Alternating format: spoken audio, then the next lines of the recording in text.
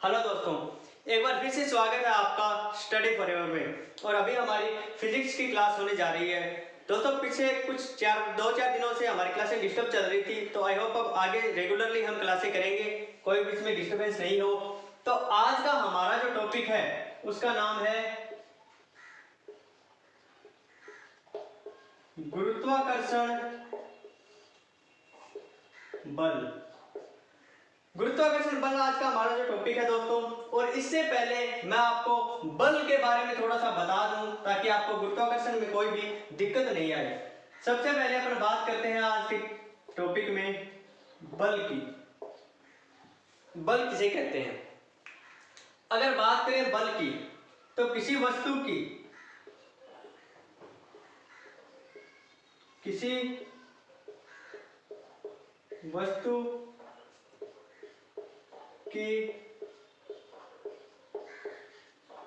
विराम स्थिति या गति में परिवर्तन, किसी वस्तु की विराम स्थिति या गति में परिवर्तन करने को ही हम लोग बल कहेंगे दोस्तों। कि किसी भी वस्तु, कोई भी वस्तु हो, अगर वो जैसे विराम अवस्था में है तो हम उसको गतिशील अवस्था में ले आते हैं, या गतिशील है तो हम उसको विराम अवस्था में ले आते हैं। तो ये सब करने के लिए हमें बल की आवश्यकता होती है। तो यही बल की डेफिनेशन हो जाती है दोस्तों, इसी को हम लोग बल कहेंगे। तो आगे देखते हैं दोस्तों। इसमें आपको मैंने जो विमाएं वाली क्लासेज और मात्रक वाली बताई थी, उसमें मैंने आपको बताया था कि बल को एक न्यूटन से, एक मात्रक जो इसका होता है न्यूटन से डिनोट करते हैं। ऐसा ही पद्धति में इसका मात्रक न्यूटन हो जाता है दोस्तों। और अगर बात करते हैं अपन सीजीएस की, ऐसा ही पद्धति में इसका मात्रक हो जाता है न्यूटन, जिसको एन से डिनोट करते हैं। और सीजीएस जो पद्धति होती है उसमें हम इसको डाइन से डिनोट करते हैं, डाइन। तो दोस्तों अगर बात करें बल की, तो बल का आपको फॉर्मूला पता है, मैंने आपको पीछे बताया था कि द्रव्यमान इनटू त्वरण, यानी बल को अपन F से डिनोट करते हैं, द्रव्यमान को m से करते हैं और त्वरण को a से। F is equal to ma इसका फॉर्मूला हो जाता है। अगर बात करें इसकी विमा की, तो दोस्तों m, इसकी विमा में जैसे पहले आ गया m, द्रव्यमान को कैसे लिखते हैं? kg से, इसका जो डिनोट करते हैं, जैसे कि इतने किलो हो गया तो kg हो गया इसका। त्वरण को हम करते हैं मीटर बटा सेकंड स्क्वायर से। तो इसकी विमा जो होगी दोस्तों, मैंने आपको बताया कि mlt लिख लेंगे सबसे पहले। kg आ रहा है 1, तो यानी m पे 1 लगा दिया। मीटर भी 1 आ रहा है तो इस पे 1 लगा दिया। सेकंड पे 2 आ रहा है, लेकिन दोस्तों ये नीचे आ रहा है, अगर इसको ऊपर ले जाएंगे तो ये माइनस का 2 हो जाएगा। ये इसकी विमा होगी। ये हो गया आपका थोड़ा सा बल के बारे में, मैंने आपको बल का बता दिया। अब बल के प्रकार बताते हैं दोस्तों। बल वैसे मेनली 2 प्रकार का होता है, और उन 2 प्रकार के बलों में ही कई अन्य होते हैं। जैसे कि अगर बात करें बल,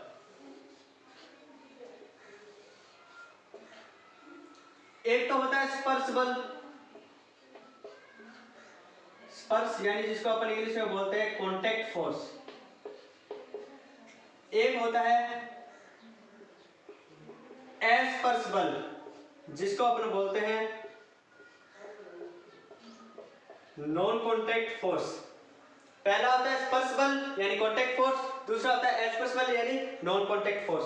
अगर अपन बात करें स्पर्श बल की, स्पर्श बल वो होता है दोस्तों जिसमें अपना फिजिकली इंक्लूड हो, यानी कि किसी अन्य चीज से वो बल लगाया जाए। जैसे घोड़ा गाड़ी दोस्तों आपने सब लोगों ने देखी होगी, तो जिसमें घोड़ा जो है वो गाड़ी को खींचने के लिए अपना मांसपेशियों का बल लगाता है, यानी वो दोनों एक दूसरे से परस्पर स्पर्श होती है, उसको अपन बोलते हैं स्पर्श बल।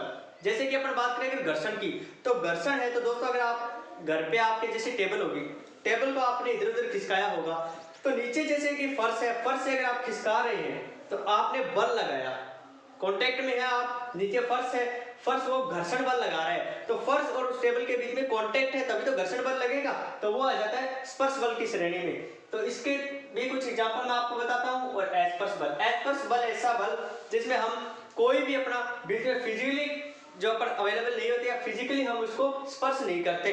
जैसे कि बात करेंगे, हम बात करेंगे इस टॉपिक की गुरुत्वाकर्षण बल, वो इसी का एग्जांपल है दोस्तों अस्पर्श बल का। गुरुत्वाकर्षण यानी कि मैंने ये मार्कर का जो कैप है इसको ऐसे नीचे गिराया तो ये नीचे ही गया दोस्तों। नीचे क्यों गया? क्योंकि नीचे धरती जो है गुरुत्वाकर्षण बल लगा रही है। लेकिन क्या धरती में और इस ढक में जो इसका कैप है इसमें कोई स्पर्श है, कोई कांटेक्ट है? नहीं है दोस्तों। तो ये होता है अस्पर्श बल, जिसमें हम किसी चीज को बल नहीं लगाते लेकिन फिर भी वो उसमें बल का अनुभव होता है। तो बस स्पर्श बल की बात करें तो इसका फर्स्ट एग्जांपल है मांसपेशियों द्वारा लगाया गया बल। पहला एग्जांपल हो जाता है मांसपेशियों द्वारा लगाया गया बल। जैसे कि अगर अपन किसी चीज को उठाते हैं तो अपन मांसपेशियों से बल लगाते हैं तभी वो ऊपर उठती है, तो वो इसी का एग्जांपल हो गया। दूसरा घर्षण बल, जो मैंने आपको अभी बताया था। जैसे आप घर में टेबल वगैरह को इधर उधर खिसकाते हैं तो जो पृथ्वी है या अपना जो फर्श है उसके और उस टेबल के बीच में कांटेक्ट होता है और वो एक दूसरे को खींचने इधर उधर हटने से रोकती है, घर्षण बल लगता है। तो दोस्तों अगर बात करते हैं अस्पर्श बल की, तो अस्पर्श बल के एग्जांपल मैं आपको बता दूं, जैसे कि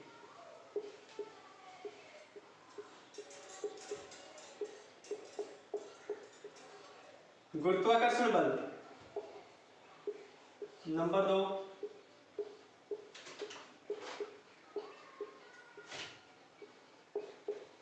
चुंबकीय बल। ये मैंने तो आपको एग्जांपल बता दिए। फिर भी एक और एग्जांपल आता है जैसे कि विद्युत स्थलीय बल। विद्युत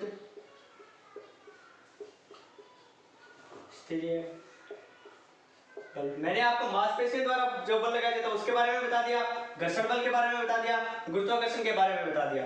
अब बात करें अगर चुंबकीय बल की, आप किन्हीं दो चुंबक को पास में लेके आते हैं, अगर उनका नॉर्थ और साउथ पोल पास में लेके आते हैं तो वो अट्रैक्ट होती है, एक दूसरे की ओर खींची जाती है। नॉर्थ और नॉर्थ पोल या साउथ और साउथ पोल एक दूसरे के पास में लेके आते हैं तो एक दूसरे को डिस्ट्रैक्ट करती है, यानी अनाकर्षित करती हैं। यानी कि क्या हमने उनमें कोई बल लगाया? हम तो उनको पास पास में लेके आए थे, लेकिन वो खुद ही एक दूसरे की ओर आकर्षित होती है, वह अनाकर्षित होती है। जो होता है अस्पर्श बल का एग्जाम्पल। विद्युत स्थलीय बल, जैसे कि आप कंघी होती है, कंघी को आप अपने बालों के पास लेके आते हैं तो अपने बाल खुद ब खुद कंघी की ओर चलने लगते हैं, थोड़ा सा उधर मुड़ जाते हैं, तो ये होता है विद्युत स्थलीय बल। तो दोस्तों ये मैंने आपको बता दिए बल के दो जो टाइप होते हैं, स्पर्श बल और अस्पर्श बल। आज का जो हमारा मेन टॉपिक है वो है गुरुत्वाकर्षण बल। तो अब हम स्टार्ट करते हैं गुरुत्वाकर्षण बल। तो गुरुत्वाकर्षण बल की पहले अपन डेफिनेशन लिखेंगे कि प्रत्येक कण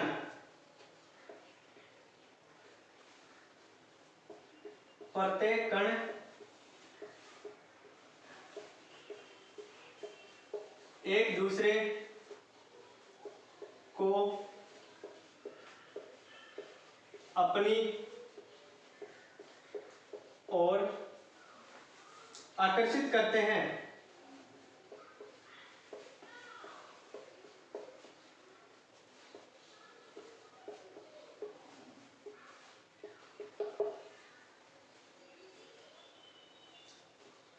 प्रत्येक कण जो एक दूसरे को अपनी ओर आकर्षित करते हैं, उस जो बल लगता है उन दोनों के बीच में, उन्हें उसे ही गुरुत्वाकर्षण बल कहा जाता है, क्योंकि उनके बीच में कोई कांटेक्ट नहीं होता। जैसे मैंने अभी आपको पेन का जो कैप नीचे गिरा के दिखाया था, क्या धरती में और उस पेन में कोई कनेक्शन था? कोई कनेक्शन नहीं दोस्तों। आप कोई चीज को ऊपर उछालोगे तो भी वो नीचे ही आएगी। वो नीचे क्यों आएगी? क्योंकि जो धरती है वो अपना गुरुत्वाकर्षण बल लगा रही है, और गुरुत्वाकर्षण बल कैसा बल है? अस्पर्श बल है, नॉन कॉन्टैक्ट फोर्स है। तो दोस्तों गुरुत्वाकर्षण की अगर आगे बात की जाए तो जो गुरुत्वाकर्षण बल है वो द्रव्यमान पर निर्भर करता है। यानी कि अपन इसको लिख सकते हैं, अगर ये द्रव्यमान पर निर्भर करता है तो अपन इसको लिखेंगे। और ये पूछा भी जा सकता है कि क्या गुरुत्वाकर्षण बल द्रव्यमान बढ़ने पर बढ़ेगा? तो दोस्तों बोलेंगे हाँ, गुरुत्वाकर्षण बल जो है समानुपाती होता है द्रव्यमान के। आपने बहुत से बुक्स वगैरह में एग्जाम्पल पढ़े होंगे कि अगर ये क्वेश्चन में बहुत बार पूछा जाता है कि एक पत्थर और एक कागज का टुकड़ा अगर आप एक साथ जमीन पे गिराते हो तो कौन सा पहले नीचे गिरेगा। तो दोस्तों अगर सीधा ये क्वेश्चन पूछा जाए तो उसमें गिरेगा पत्थर पहले गिरेगा, क्योंकि पत्थर का द्रव्यमान ज्यादा है और मैंने आपको बताया कि गुरुत्वाकर्षण बल जो है द्रव्यमान पर निर्भर करता है। अगर यही बात आपको निर्वात में पूछ ली जाए जहां पे हवा नहीं हो, ऐसा जो कोई भी कमरा या जगह जहां पे निर्वात हो, हवा वगैरह कुछ नहीं हो, जैसे कि अपन बात कर सकते हैं अंतरिक्ष की, तो अंतरिक्ष में अगर जाकर हम एक पत्थर और कागज के टुकड़े को गिराएंगे तो दोनों एक साथ नीचे आएंगे, क्योंकि वहां पर गुरुत्वाकर्षण बल इस टाइप से नहीं लगता, निर्वात में नहीं लगता। दोस्तों अगर बात करते हैं कि गुरुत्वाकर्षण बल अगर द्रव्यमान के समानुपाती होता है दोस्तों, तो इसके कुछ आगे और रूल वगैरह देख लेते हैं कि मैंने बोला एक Q1 है एक Q2 है, दो पिंड मान लो, दो पत्थर मान लो, कुछ भी मान लो। अगर मैं पूछूं या आपसे क्वेश्चन पूछा जाए कि इन दोनों के बीच में कितना आकर्षण बल लग रहा है, गुरुत्वाकर्षण बल इन दोनों के बीच में कितना लग रहा है, इसको अगर निकालना हमें पड़े, ये पूछा जाए, तो दोस्तों इसके लिए जो बल होता है मैंने आपको बताया था कि द्रव्यमान के समानुपाती होता है, तो इन दोनों के द्रव्यमान का गुणनफल के समानुपाती होगा। यानी अगर इसका मान पूछा जाए m1 बोल दे और इसका द्रव्यमान m2 बोल दे, m1 व m2 यानी दोनों के द्रव्यमान के गुणनफल के समानुपाती होगा। अगर इनके बीच की दूरी r है तो ये बल इनके बीच की दूरी के वर्ग के व्युत्क्रमानुपाती भी होगा। अगर अपन समीकरण 1 व समीकरण 2 को जोड़ दें तो ये आ जाएगा F is proportional to m1 m2 upon r², यानी कि F समानुपाती है दोनों के द्रव्यमान के गुणनफल के, फिर उनके अंतर के वर्ग के व्युत्क्रमानुपाती है। अगर दोस्तों इसको आगे निकालें तो इसका जो ये अगर अपन प्रोपोर्शनल यानी समानुपाती का निशान हटाते हैं तो एक स्थिरांक आता है, एक कांस्टेंट वैल्यू आती है, जो इसके मामले में न्यूटन ने बताई थी g, m1 m2 बटा r²। ये फॉर्मूला तो हमें न्यूटन ने दिया था दोस्तों, लेकिन इस g की वैल्यू किसी और ने दी थी। अगर आपको पता हो तो आप बताइए, तो मैं आपको आगे बताता हूं। जैसा कि हमने बात की थी F is equal to G m1 m2 upon r²। ये तो फॉर्मूला था कि दो वस्तुओं के मध्य या दो पिंडों के मध्य गुरुत्वाकर्षण बल कितना लग रहा है उसको निकालने का। तो अगर अपन इस g की वैल्यू की बात करें तो इस g की वैल्यू निकाली थी 6.67 इंटू 10⁻11। तो दोस्तों ये जो है इसकी वैल्यू निकाली थी हेनरी कैवेंडिश ने। ये क्वेश्चन आपसे पूछा जाता है कि जो गुरुत्वाकर्षण बल निकालने का फॉर्मूला दिया था, इस g की जो वैल्यू थी 6.67 इंटू 10⁻11, अपन अगर इसका मात्रक लिखे तो newton metre square upon KG square. इसको जैसे कि बल का न्यूटन होता है उसी प्रकार g का अगर मान निकालें तो ये होगा। इसको हेनरी कैवेंडिश ने बताई थी ये वैल्यू। अगर आप पूछें कि सर ये कैसे आया तो अपन निकाल भी सकते हैं, जैसे कि मैं इसको मिटा देता हूं, एक बार आप नोट कर लेना। F है और ये इसके नीचे r² है, ये इधर जाकर इससे गुना हो जाएगा। F into r² is equal to G m1 m2। अगर g की वैल्यू निकालनी है तो ये इसके भाग में चला जाएगा, बटा में चला जाएगा। F इंटू r² बटा m1 m2 बराबर। अब अगर हम इसको लिखें आगे तो F को हम न्यूटन लिखते हैं, R को हम यानी जो त्रिज्या होती है या जो भी उनके मध्य की दूरी लिखी हमने, तो दूरी को हमेशा मीटर में मापा जाता है, तो इसको लिखेंगे मीटर स्क्वायर बटा द्रव्यमान जो उसको केजी में मापा जाता है, तो द्रव्यमान केजी इंटू केजी यानी केजी स्क्वायर। ये तो हो गया इसका फॉर्मूला जो इसका मात्रक है जिससे हम इसको डिनोट करते हैं वगैरह। इसकी वैल्यू जो 6.67 into 10⁻11 newton metre square upon KG square जो हेनरी कैवेंडिश ने निकाली थी। अब अपन निकालते हैं इसकी विमा। इसकी विमा अगर निकालेंगे तो मैंने बोला था आपको, जैसे आती है बात बल की, तो इसको लिखते हैं m इंटू ए। तो m इंटू ए लिखते हैं, तो इसकी क्या होगी, m का हो गया केजी इंटू ए जो हो गया उसका हो गया मीटर बटा सेकंड स्क्वायर इंटू ये मीटर स्क्वायर हो गया,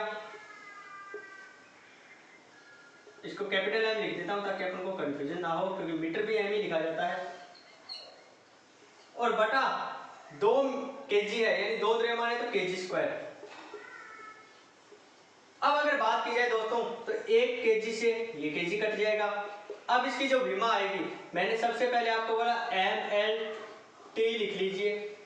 केजी कितनी बार है, ऊपर एक बार भी नहीं है लेकिन नीचे एक बार है, अगर नीचे एक बार है तो उसको ऊपर ले जाएंगे तो माइनस का निशान हो जाएगा, तो -1। मीटर कितना है, 2 बार है तो L2 लिख देंगे दोस्तों। और जो सेकंड आता है वो कितनी बार आ रहा है, ये भी दोस्तों द्रव्यमान ही था, एक मिनट दोस्तों, केजी इंटू मीटर, क्योंकि ये मीटर ही था, एम ए मीटर बटा सेकंड स्क्वायर, केजी हो गया इसका द्रव्यमान का, ए जो त्वरण था उसका मीटर बटा सेकंड स्क्वायर हो गया, और जो पास में जो आर स्क्वायर था हमारा, तो आर स्क्वायर यानी मीटर स्क्वायर बटा केजी, तो एम तो -1 हो गया, हमारे मीटर 3 आ रहे हैं यानी L3 बटा सेकंड 2 आ रहे हैं, लेकिन ये नीचे आ रहे हैं तो इसको ऊपर ले जाएंगे -2, ये इसकी विमा हो जाएगी। दोस्तों अगर आपको गुरुत्वाकर्षण में से कोई भी क्वेश्चन पूछा जाता है तो या तो इसकी विमा पूछी जाएगी, या इसकी वैल्यू पूछी जाएगी, या ये पूछा जाएगा कि ये किसने निकाला था। इन तीनों में से ये क्वेश्चन आएगा दोस्तों, क्योंकि ये 3 क्वेश्चन ही लेवल के होते हैं, बाकी ये फॉर्मूला और ये सब निकालना तो हमें 7th क्लास के लगभग से ही सिखा दिया जाता है। दोस्तों हमारी जो फिजिक्स वगैरह की सारी क्लासेज होती है वो NCERT बेस्ड होती हैं। NCERT के अंदर ये जो सब लिखा होता है वही मैं आपको बताता हूँ दोस्तों। आप अगर कोई भी बुक प्रेफर कर रहे हो, मैं नहीं बोलता आपको कि वो बुक प्रेफर ना करो या कुछ भी करो, क्योंकि मैं किसी की बुराई नहीं कर सकता, लेकिन दोस्तों हमारे जो भी एग्जाम होते हैं वो NCERT बेस्ड होते हैं और NCERT के अकॉर्डिंग हमें पढ़ना होता है, तो मैं सारा कुछ आपको सब कुछ NCERT ही बेस्ड करवा रहा हूँ। अब दोस्तों बात करते हैं गुरुत्वाकर्षण बल की, तो हमने बात कर ली। तो जो बल का जैसे फॉर्मूला होता है ma, अगर बात करें तो हम नॉर्मल बल में त्वरण के लिए a लेते हैं, लेकिन धरती जिस बल से किसी वस्तु को अपनी ओर खींचती है, जिस बल से अपनी ओर खींचती है, जो उसका त्वरण होता है, यानी जिसको हम बोलते हैं गुरुत्वीय त्वरण, गुरुत्वीय त्वरण, हम उसको स्मॉल g से डिनोट करते हैं दोस्तों, स्मॉल g। अपन बात करें अगर इस g का फॉर्मूला यानी कि g को कैसे निकाला जाए, हम 2 पिंड ले लेते हैं, एक तो पृथ्वी होगी और एक हो गया कोई पत्थर। पृथ्वी को Me यानी अर्थ और पत्थर यानी Ms यानी स्टोन। ये द्रव्यमान पृथ्वी का हो गया, ये द्रव्यमान किसी पत्थर का हो गया। F यानी कि इन दोनों का अगर बात करें Ms, स्टोन गिर रहा है धरती पर, तो धरती का गुरुत्वाकर्षण, ये F की वैल्यू आ गई दोस्तों। अब इसको ये जो था ये पत्थर का द्रव्यमान हो गया, ये जो वस्तु को खींच रहा है उसका हो गया। अब जो वो फॉर्मूला इसके बराबर में, क्योंकि F के बराबर में हमने गुरुत्वाकर्षण में क्या पढ़ा था, G m1 m2 upon r square दोस्तों। तो अब हम इसको लिखते हैं इसके बराबर, G हो गया m1 की जगह me लिखेंगे या m2 की जगह me लिख दो, कोई दिक्कत नहीं है, क्योंकि वो तो हमने वहां पे 2 पिंड लिए थे और हमने यहाँ पे 2 पिंड किस प्रकार लिए हैं, एक तो पृथ्वी ले ली और एक पत्थर ले लिया। तो g यानी गुरुत्वाकर्षण स्थिरांक पृथ्वी का द्रव्यमान इंटू पत्थर का द्रव्यमान बटा r स्क्वायर यानी इनके बीच की दूरी। अब इन दोनों को हमने बराबर लिख दिया। ये गुरुत्वाकर्षण का जो फॉर्मूला है गुरुत्वाकर्षण बल का, उसमें अपन ने इन दोनों की वैल्यू रख दी, क्योंकि हमने यहाँ पे वैल्यू की जगह सीधा द्रव्यमान लिया है इनका, तो ये वैल्यू हमने पुट अप कर दी। तो दोस्तों दोनों बराबर में है, तो पत्थर का द्रव्यमान पत्थर के द्रव्यमान से कट जाएगा, बचेगा क्या, small g is equal to स्थिरांक गुरुत्वाकर्षण स्थिरांक इंटू पृथ्वी का द्रव्यमान इंटू r स्क्वायर। अगर आप गुरुत्वाकर्षण स्थिरांक की जो वैल्यू मैंने आपको बताई थी 6.67 × 10⁻⁻11 ये वैल्यू रखें यहाँ पे पृथ्वी का द्रव्यमान रखें, यहाँ पे जिस भी पत्थर या किसी भी चीज को गिरा रहे हैं उन दोनों के बीच की दूरी रखेंगे तो आपको जी का मान मिल जाएगा। लेकिन दोस्तों इस जी का मान हमें बुक्स में दिया हुआ मिलता है, वो एक फिक्स वैल्यू दी जाती है हमें, वो दी जाती है ध्रुवों के अकॉर्डिंग, क्योंकि ध्रुवों पर जो जी का मान है वो सबसे अधिक होता है, गुरुत्वाकर्षण बल का मान सबसे अधिक होता है, तो हमारे लिए वैल्यू वो दी जाती है 9.8 मीटर पर सेकंड स्क्वायर, क्योंकि त्वरण जो है उसको मीटर पर सेकंड स्क्वायर में लिखा जाता है। अगर आपको एग्जाम में कोई क्वेश्चन दे दिया जाता है और अगर उसकी वैल्यू आपको g = 9.8 क्वेश्चन में दी हुई आती है, नीचे क्वेश्चन में ब्रैकेट में दिया हुआ आएगा g = 9.8 मीटर पर सेकंड स्क्वायर, तब तो आपको 9.8 लेना है। लेकिन दोस्तों एग्जाम में ताकि बच्चों को ज्यादा कैलकुलेशन ना करनी पड़े, क्योंकि अगर ये कैलकुलेशन दे दी जाती है तो 30 से 40 सेकंड में क्वेश्चन होना बड़ा मुश्किल होता है, क्योंकि इतनी फास्ट किसी भी बच्चे की कैलकुलेशन नहीं होती, क्योंकि जो द्रव्यमान दिए होते हैं वो भी ज्यादा दिए होते हैं, फिर 9.8 को मल्टीप्लाई करना थोड़ा मुश्किल होता है। अगर आपको क्वेश्चन में ये डिनोट नहीं किया गया है और नहीं दिया गया हो कि g बराबर 9.8 तो आप g बराबर 10 लेंगे दोस्तों, 9.8 की जगह 10 लेंगे। तो दोस्तों आगे चलते हैं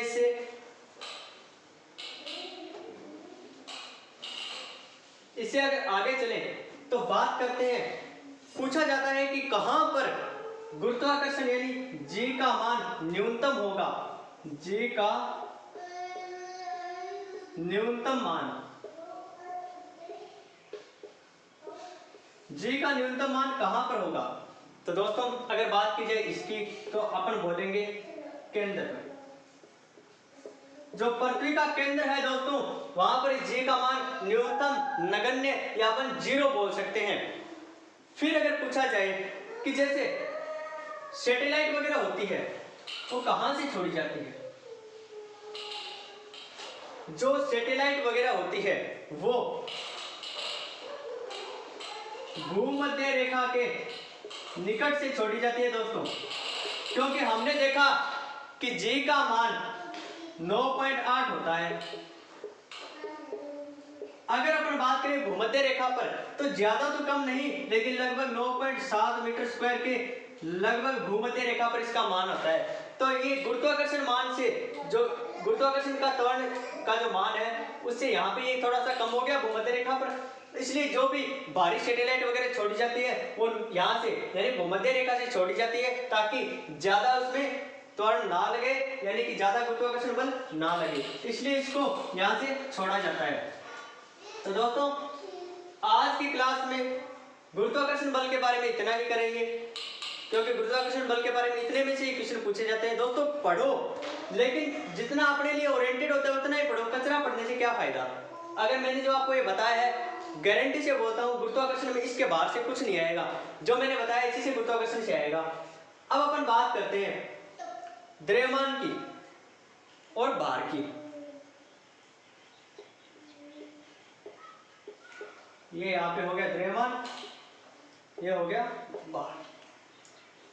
अपन क्या है दोस्तों कि कहीं पे अपना वेट देखते हैं कि अपना द्रव्यमान कितना, हमारा हमेशा भार क्या होता है, जिस बल से पृथ्वी किसी वस्तु को अपनी ओर खींचती है वो होता है अपना भार। द्रव्यमान क्या होता है, द्रव्यमान होता है दोस्तों वस्तु में, कोई भी वस्तु है उसमें अणुओं की मात्रा कितनी है उसको द्रव्यमान बोलते हैं। यानी अगर अपन इसको बोले तो अणुओं की मात्रा, किसी वस्तु में अणुओं की मात्रा। और भार बोलते हैं ऐसा बल जिसके द्वारा पृथ्वी किसी वस्तु को अपनी ओर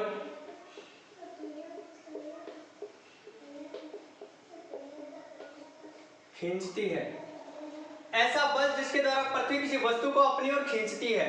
अगर अपन ने अपना द्रव्यमान देखा, कहीं पे अपन देखते हैं तो अपन को क्या बताता है, जैसे अपना भार देखा तो भार जैसे अपना 60, अपन फिर आगे लगाते हैं केजी। दोस्तों या तो ये केजी मत लगाओ या इसको 60 मत बोलो, क्योंकि जो अपन नापते हैं, जो अपन देखते हैं कहीं किसी पे जाके कि अपना वजन कितना है या अपना भार कितना है, तो 60 अगर अपना है तो उसके आगे अपन को न्यूटन लगाना जरूरी है, तभी वो बोला जाएगा कि भार है। अपन बोलचाल की भाषा में केजी बोल देते हैं, अगर साइंस की भाषा में लिखा जाए तो वो अपना गलत होगा। 60 न्यूटन भी अपना वजन नाप सकते हैं अपन। अगर बात करते हैं कि द्रव्यमान कितना होता है, तो जो अपना भार होता है उसका 1/10 यानी कि 60 का 1/10 जो अपना होता है वो अपना द्रव्यमान होता है, यानी 6 केजी अपना द्रव्यमान हो गया दोस्तों। ये होता है द्रव्यमान और ये होता है भार। अगर बात की जाए आगे, जो द्रव्यमान है उसको हम केजी से डिनोट करते हैं, उसका मतलब हम केजी लेते हैं। भार है उसका हम न्यूटन लेते हैं, जैसे कि 60 न्यूटन और इसको अपन लिखेंगे 60 केजी। ठीक है, तो अगर बात की जाए द्रव्यमान की, द्रव्यमान आप कहीं पे भी चले जाओ, अगर आप पृथ्वी पर हो, आप चंद्रमा पर चले जाओ, सूर्य पर चले जाओ, द्रव्यमान हमारा समान रहेगा या अस्थिर रहेगा, ये चेंज नहीं होगा। लेकिन भार जो है ये F होता है दोस्तों, क्योंकि ये किस पे डिपेंड करता है, गुरुत्वाकर्षण पर। तो गुरुत्वाकर्षण बल का जो मान है पृथ्वी पर है, ये क्या किस पर डिपेंड करता है, द्रव्यमान पर। अगर बात की जाए पृथ्वी के द्रव्यमान से अगर चंद्रमा का द्रव्यमान जैसे ज्यादा है तो वहां पे गुरुत्वाकर्षण का मान भी ज्यादा होगा, गुरुत्वाकर्षण का मान ज्यादा यानी अपना भार भी ज्यादा होगा। लेकिन अपना जो द्रव्यमान है वो पृथ्वी पर ले लो, चाहे चंद्रमा पर ले लो और चाहे सूर्य पर ले लो, वो समान रहेगा। और भार जो है पृथ्वी पर अलग, चंद्रमा पर अलग और सूर्य पर अलग अलग हो जाएगा। दोस्तों आगे अगर देखते हैं, क्योंकि अपन भार कैसे निकालते हैं, m/g, द्रव्यमान को त्वरण से गुना करके निकालते हैं। और मैंने यहाँ पे 1/10 इसीलिए किया क्योंकि हमें अगर किसी क्वेश्चन में 9.8 वैल्यू नहीं दी गई है तो हम अगर इसमें 10 का भाग लगाएंगे तो हमारा द्रव्यमान आ जाएगा, क्योंकि द्रव्यमान बराबर क्या हो जाएगा, F/g, यानी कि अपना भार कितना बताया था मैंने, 60 न्यूटन बटा g ले लिया मैंने 10, यानी 6 kg अपना द्रव्यमान हो जाएगा दोस्तों। अब अपन बात करते हैं बल के कुछ मानों की, कि जो अलग अलग प्रकार के बल होते हैं उनके क्या क्या मान होते हैं। हम लोगों ने ये देखा है कि गुरुत्वाकर्षण का मान बहुत होता है, क्योंकि अगर अपन किसी भी वस्तु को ऊपर उछालते हैं तो कितनी भी भारी हो, कितनी भी हल्की हो, वो पृथ्वी की ओर ही आती है। लेकिन नहीं दोस्तों, जो गुरुत्वाकर्षण का बल का जो मान है वो सबसे अधिक नहीं, सबसे कम होता है, उससे भी ज्यादा कुछ और बल होते हैं। बात करें सबसे पहले करते हैं गुरुत्वाकर्षण की।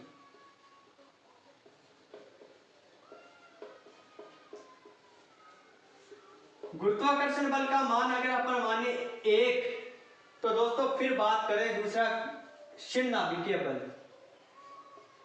क्षीण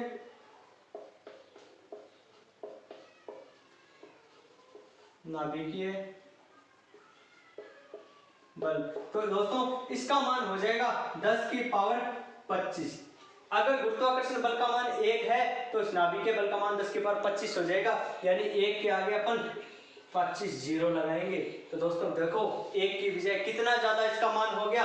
अब अगर बात करते हैं विद्युत चुंबकीय बल की,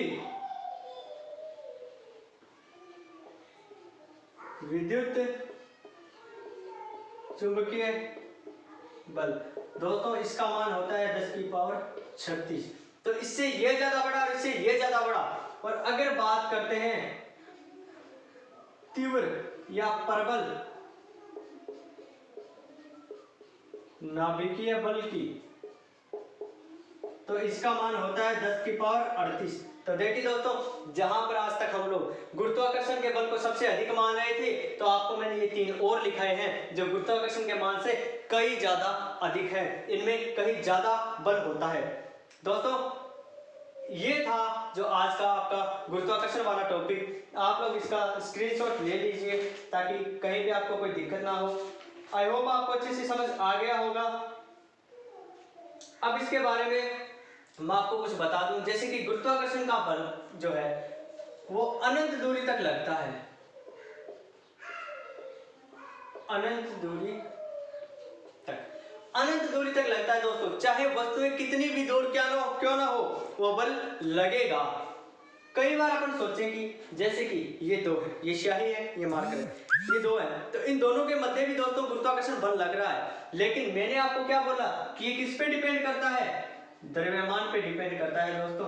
तो इन दोनों का द्रव्यमान नगण्य होगा, इनका द्रव्यमान ज्यादा नहीं है, तो इनके बीच में गुरुत्वाकर्षण बल का मान भी नगण्य होगा। जितनी वस्तु का द्रव्यमान ज्यादा होगा उसमें जो गुरुत्वाकर्षण बल का मान भी है वो भी उतना ही अधिक होगा।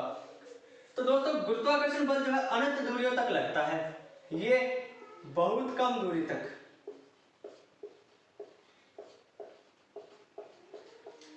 ये बहुत कम दूरी तक लगता है दोस्तों।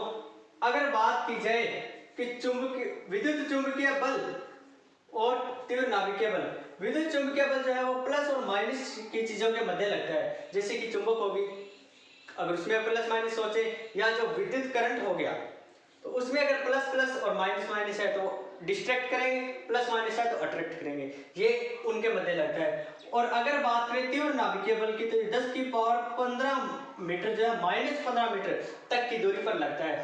दोस्तों गुरुत्वाकर्षण का मान भले ही सबसे कम हो, लेकिन इसकी जो लेंथ है, इसकी जो स्ट्रेंथ है, शक्ति है, वो बहुत ज्यादा है, क्योंकि ये अनंत दूरी तक लगता है और ये छोटी दूरियों तक यानी बहुत कम नगण्य बराबर दूरियों में लगता है। नाभिक होते हैं तो दोस्तों क्या नाभिक को देखा जा सकता है? बहुत कम चांस जैसे नाभिक होते हैं तो उनको अगर किसी अलग मैकेनिज्म से देखा जाए तो भले ही देख सकते हैं, अगर अपन नग्न आंखों से देखा जाए तो नहीं देख पाते।